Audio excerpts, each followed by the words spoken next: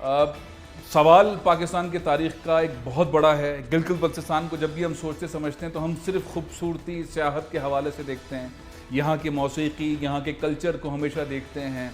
اب تو یہاں پہ ورلڈ ریکارڈ ہولڈرز نوجوان بھی نکل آئے جو پاکستان کے لیے بہت خوشائن بات ہے.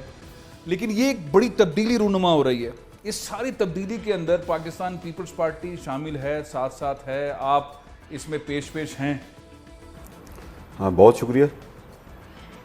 جیسے کہ آپ نے اپنے انٹرو میں سارا بتا دیا کہ وہ گلگت بلتستان کے عوام کا ایک درینہ مطالبہ تقریباً 70 ایئرس سے یہ چل رہا تھا کہ گلگت بلتستان کے عوام جو ہیں وہ پاکستان کے ساتھ الحاق چاہتے ہیں, پاکستان کے پاس کانسٹیٹیوشنل مرجر چاہتے ہیں, کانسٹیٹیوشنل رائٹس چاہتے ہیں.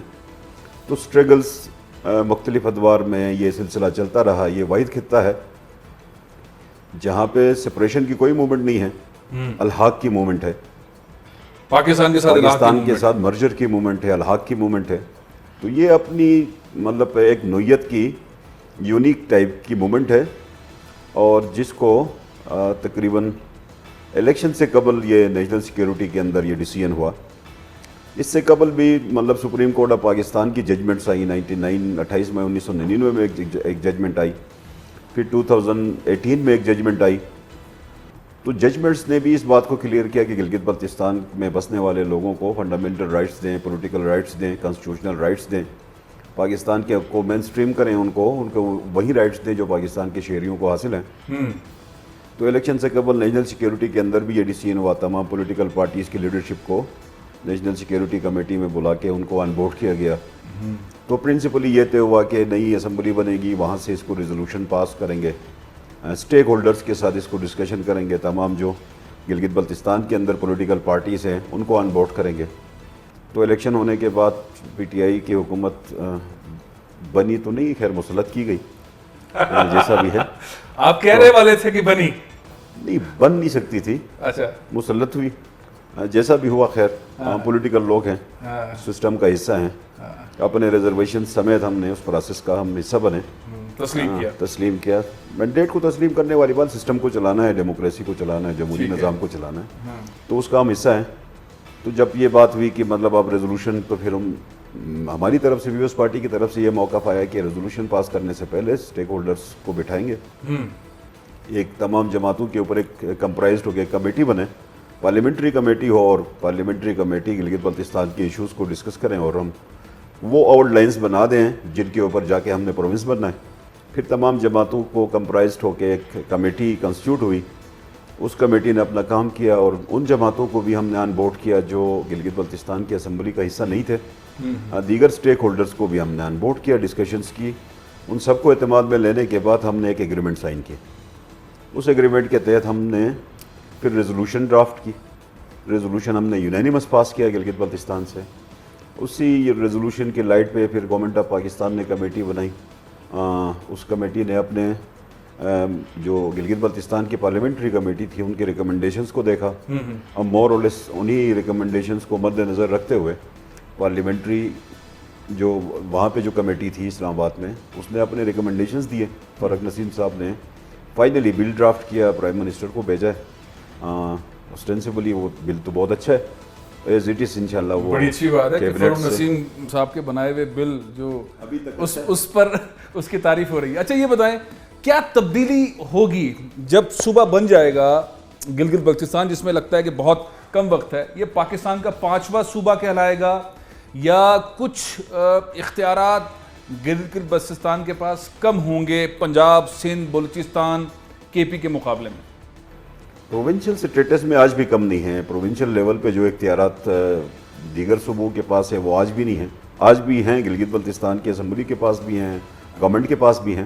جی, پاورز کی حد تک کوئی ایشو نہیں ہے, لیکن چونکہ فیڈرل لیجسلیٹو لسٹ میں ہمارا کوئی رول نہیں ہے, نہ لیجسلیٹو رول ہے, نہ ایگزیکٹو رول ہے, نہ جوڈیشل سسٹم کا ہم حصہ ہیں.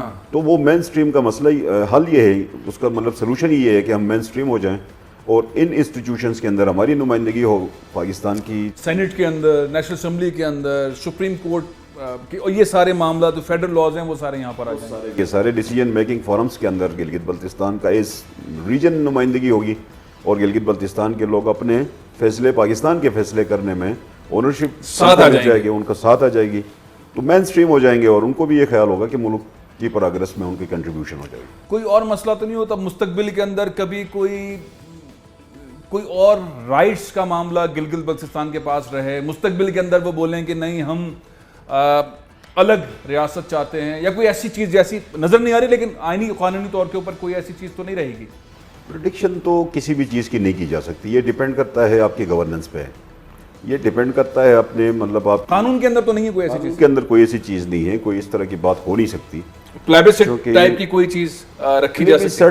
کا رائٹ کو محفوظ رکھنا ہوگا. ہمارا آج بھی جس طرح گلگت بلتستان کا مرجر ہو رہا ہے, اس کو پروویژنل پروونس کا درجہ دیا جا رہا ہے, اس میں گلگت بلتستان کے جو لوگ ہیں, یہاں پہ بسنے والے لوگوں کا رائٹ آف سیلف ڈٹرمنیشن کو پروٹیکٹ کرنا ہے.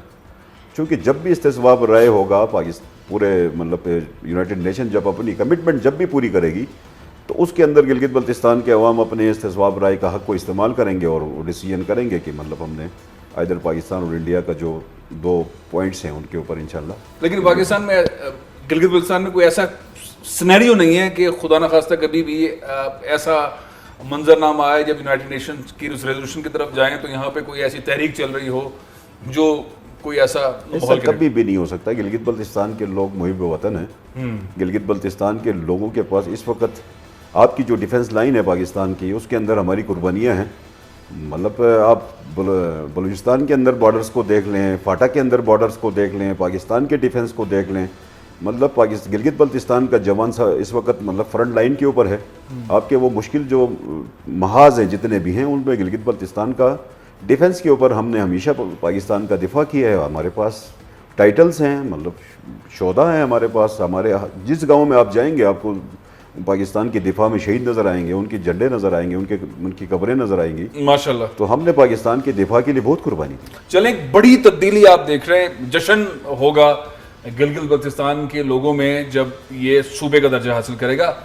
اب ایک اور چیز بھی ہے, پاکستان میں جب خوشحالی کی بات ہوتی ہے, پاکستان میں سیاحت کی بات ہوتی ہے, موجودہ حکومت کے عمران خان صاحب کے بہت سارے پلانز ہیں, بہت ساری ایسی چیزیں ہیں جو عملی طور پر شاید اسی وقت دیکھی جا سکے گی جب صوبے کا درجہ مل جائے گا. خاص طور پہ سی پیک کو کس طرح کا بوسٹ ملے گا جب صوبے کا درجہ مل جائے گا گلگت بلتستان کو؟ گلگت بلتستان کو ویسے ادر وائز بھی آپ دیکھ لیں تو مطلب یہ مطلب لینڈ آف پوٹینشلس ہے.